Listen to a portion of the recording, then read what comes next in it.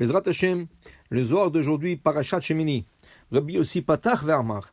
Dit Rabbi Yossi, Kol amal à Adam le piou. Le Kohelet, dans les Ecclésiastes, le roi Salomon avec sa sagesse dit, il dit Kol amal à Adam, toutes les fautes de la personne se trouvent dans la bouche.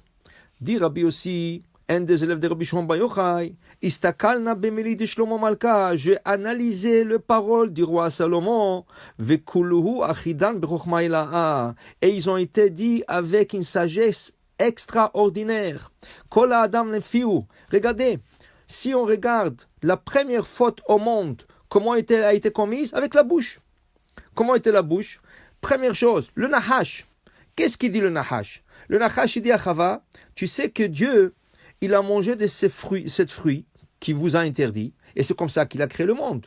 Et Dieu ne veut pas la compétition. Dans ce cas, il vous a interdit de manger les fruits. Et c'est ça que a donné l'initiative à Chava d'aller goûter de ce fruit interdit.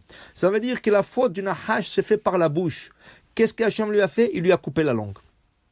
Après, Chava, elle va utiliser la bouche pour séduire Adam. Elle dit non, écoute, tu m'as dit que si je touche l'arbre, je dois mourir. Regarde, j'ai touché, je vais manger, je ne suis pas mort. Et Adam n'avait pas le choix à la fin que d'écouter sa femme. Et il a mangé de l'arbre. Où est venue la faute de Chava? Avec sa bouche qu'elle a séduit son mari. Adam, avec quoi il a fauté? Il a mangé. Avec la bouche. Alors, Kol Amal à Adam. Quel Adam? Adam Arishon, le piou.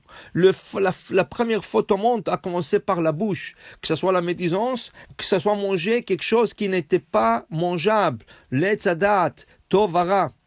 Dit Rabbi aussi dans le Zohar. Alors, il faut faire attention parce que dans l'autre monde, la personne va être punie à cause de sa bouche. Alors il dit ici combien il faut faire attention, s'éloigner de tout ce que la bouche doit s'éloigner, que ce soit de la médisance, que ce soit du manger non kosher. Alors il dit ici dans le Zohar ce matin, il dit Haz v'shalom, celui qui mange du non kosher, il sort misitra de hayé, il sort du côté de la vie, de l'arbre de la vie, venafik mirshu kadisha, il sort de côté de la pureté, et Haz v'shalom, aïl birshuta achara, il monte dans un autre niveau qui est l'impureté. Pas seulement ça, il est en train de istaïf be'ayalma, il est en train de s'impurifier son âme. Et quand il purifie son âme, il n'arrive pas à voir la vérité. Et dans la paracha de Shemini, c'est écrit, ne mangez pas ces interdictions. Venitmetem bam, nitmetem. Normalement, la Torah voulait dire, vous allez vous impurifier. Mais le problème, que le mot nitmetem de la Torah est écrit sans le aleph. Et nitmetem, la Gemara dit, sans le aleph, c'est nitamtem. Nitamtem, ça veut dire vous allez devenir sot, vous allez venir comme aveugle au niveau de la pensée, vous n'arriverez pas à voir la vérité. C'est pour ça qu'une personne qui vient argumenter avec toi pour la Torah, la première chose que tu lui poses comme question, je veux discuter avec toi, mais est-ce que tu manges kasher? S'il ne mange pas kasher, ne prends même pas ton temps de discuter avec lui parce que c'est une personne qui est de côté de Sitra Achra, de l'écorce du mal, il n'arrivera pas à voir la vérité même si tu lui montres.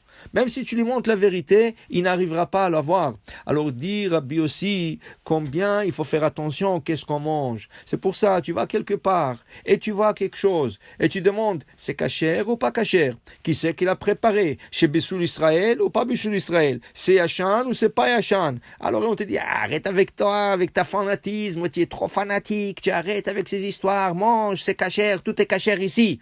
Non, tu dois insister, tu dois voir parce que si chas v'shalom, il y a un doute sur ce manger, tu es en train d'impurifier ton âme.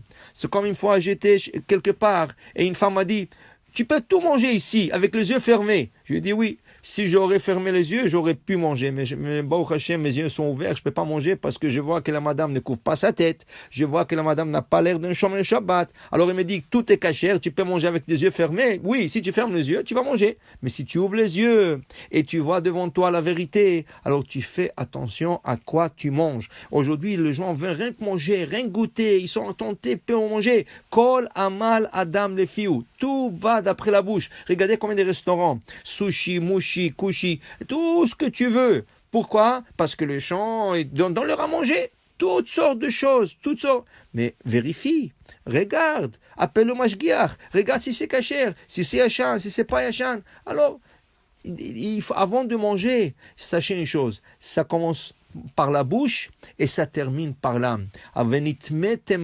C'est un passou clair dans la Torah que le Agmara étudie et que le Rabbi Shimon Bar Yochai il analyse dans le Zohar pour dire que il faut commencer à faire attention qu'est-ce que nous mangeons. Surtout maintenant, c'est la fête de Pessah qui approche. Faisons attention à qu'est-ce qu'on achète et à qu'est-ce qu'on mange et Bezrat Hashem. Qu'Hachem nous aide à être toujours vitem kedoshim, vit kadishtem, vitem kedoshim. Vous allez vous sanctifier et vous allez être des hommes saints. Baruch Adonai Le'olam. Amen ve Amen.